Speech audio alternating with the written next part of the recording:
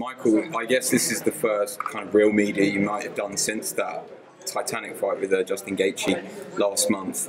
Can you just kind of give us your feelings and thoughts about that match 4 weeks later? Yeah, I mean, it was what I expected. You know, I expected Justin to come in and be tough. I didn't expect him to be able to, take my shots as hard as I was giving him.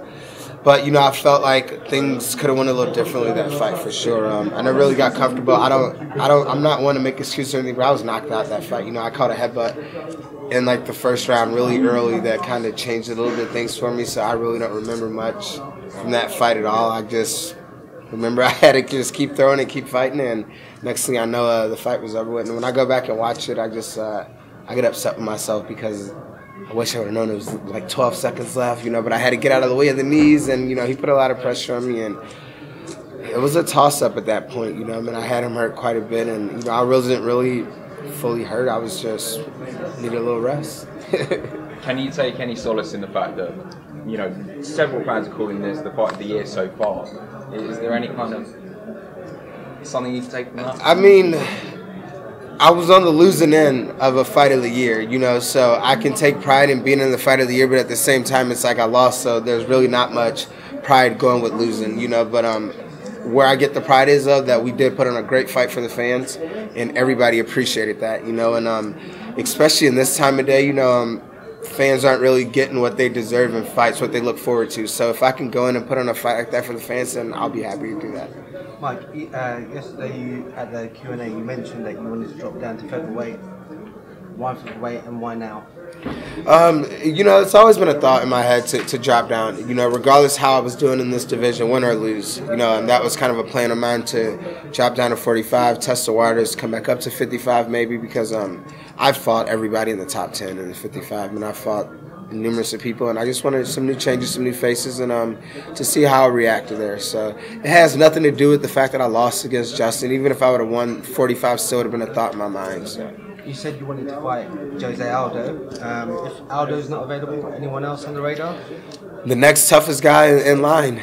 I think maybe that's like detrimental to my career. Maybe hurts it a little bit that I always go for the toughest fight. But my first fight at 145, Aldo's a former champ. He's one of the best in the world, always been. So that's a guy that I would love to fight. I'm not in this sport to fight, the guy that's okay. I want the toughest guy. I want everybody that says he can't be beat, because I like to prove people wrong sometimes. Have you talked to the UFC about this move down yet, and what was their response? They're up for it. They like it. I think that we have a really good relationship because I put on good fights, regardless of where it's going to be, whatever night. So fingers crossed, hopefully a big fight comes in 45 because, in order for me to make that drop, it has to be a big fight. It's going to be quite a bit of weight for me. So.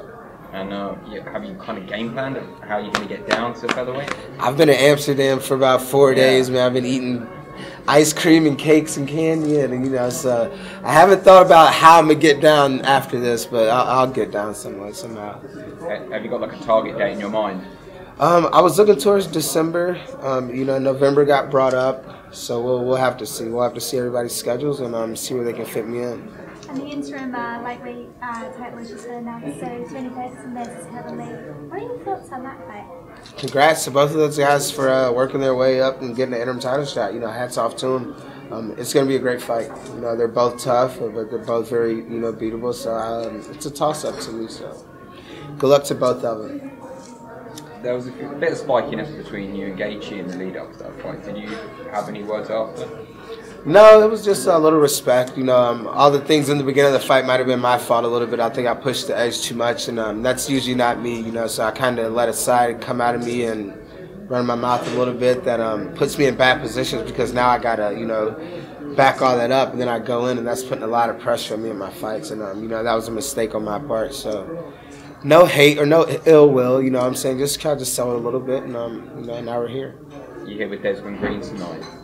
What can we kind of expect from him, and how much of an impact do you think he's going to make in the UFC? I think he's going to make a huge impact in the UFC. He's definitely a young, hungry, upcoming fighter, and he's going to come in and put on a great fight. He loves traveling and going overseas, and putting on great fights. So let's hope and pray that we see that tonight.